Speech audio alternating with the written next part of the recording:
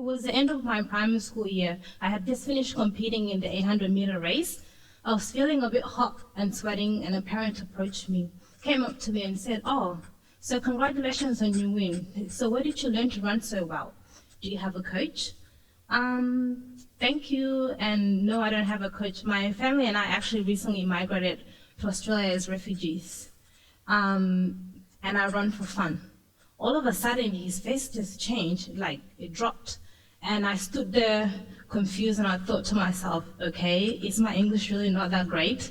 Did I say something wrong? And then he responded back by saying, "Oh, so you came by boat?"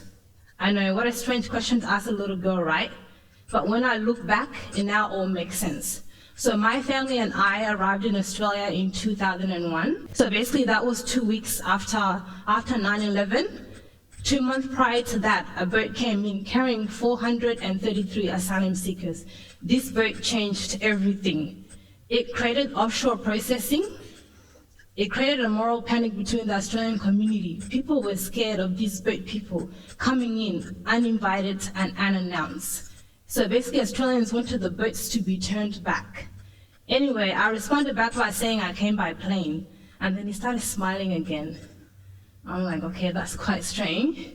And parents and teachers will keep coming up to me, they'll ask me the same questions, and I'll just respond by giving the same responses from before.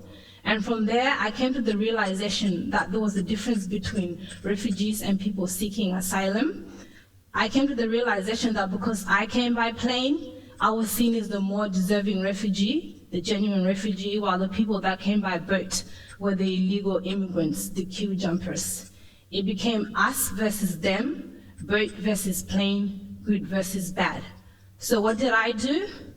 Well, I jumped in and I joined the bandwagon. I felt for the government's rhetoric, the fear-mongering, and from there, I actually listened to my teachers, to the neighbors, to parents, just pretty much everybody around me. And I started hating on these boat people. I mean, how dare you jump the queue and take our spot when my family and I had to wait for 10 years in a refugee camp.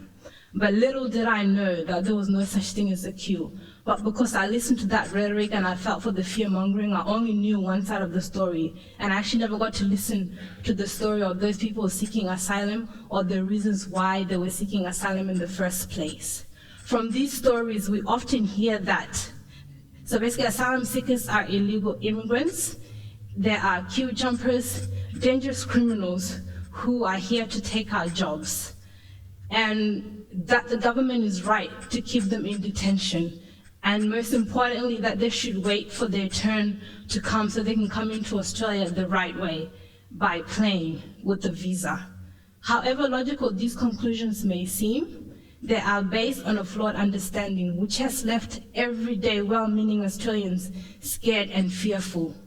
From these stories, what we don't often hear is this: it is not a crime to seek asylum, but rather the right of every individual under international law. And that no mother chooses to put their child in a leaky boat. They do so because they don't have any other choice. It's either stay and get killed or run and hope for the best. And nobody chooses to leave behind their families or their friends, tradition, culture. These people do these things because they don't have any other choice. They're trying to save their families, not to break a law that doesn't even exist. Our borders are safe. It is our humanity that is threatened. And that's why every day I get up to share my story. And I do this not because I want to, but to shine a light on the struggles of refugees and people seeking asylum who have been silent for years. When I speak, I'm speaking on behalf of my friend Mohammed, who came by boat in 2013. He was detained in Nauru. Prior to coming, he left behind his pregnant wife and 2 children. His wife gave birth to a beautiful little girl who's now 6 years old. She's angry, and she actually refuses to talk to her dad because he left. And this is something he has to live with every single day. In Australia, he has no family. He has no access to education, to work right, or medical services. When I speak, I'm speaking for the 10-year-old little girl who is detained in Nauru. She attempted to take her life 4 times. like the doctors tried to recommend for her to be transferred to Australia, they kept refusing. It took a court order for the little girl to be transferred out of detention and into Australia for medical services. Each time when I speak, I'm speaking for the men and women who are languishing on Nauru and have been for the last 6 years. I'm speaking for the thousands of refugees and people seeking asylum who are on bridging visas and have been denied work or education. Basically, they're people sitting in limbo and they've got nothing to do with their lives while they're waiting for their papers to be processed. But let's for a second imagine a different narrative. So one where refugees are empowered, and one where detention centers are closed down and we invest in community processing. Did you know it costs $572,000 a year to keep one asylum seeker in detention?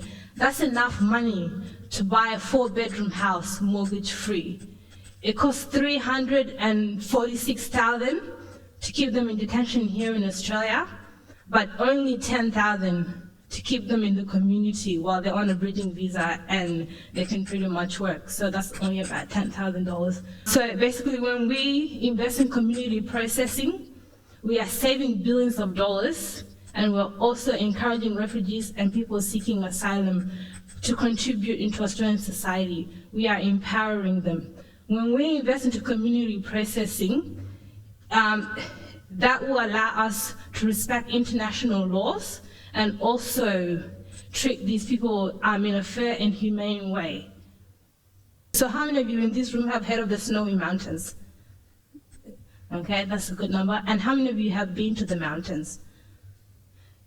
Well, did you know that mountain was built basically with the help of 100,000 refugees? So they helped build that mountain. And right now, it currently generates $3 billion into the Australian economy and supplies 32% of renewable energy.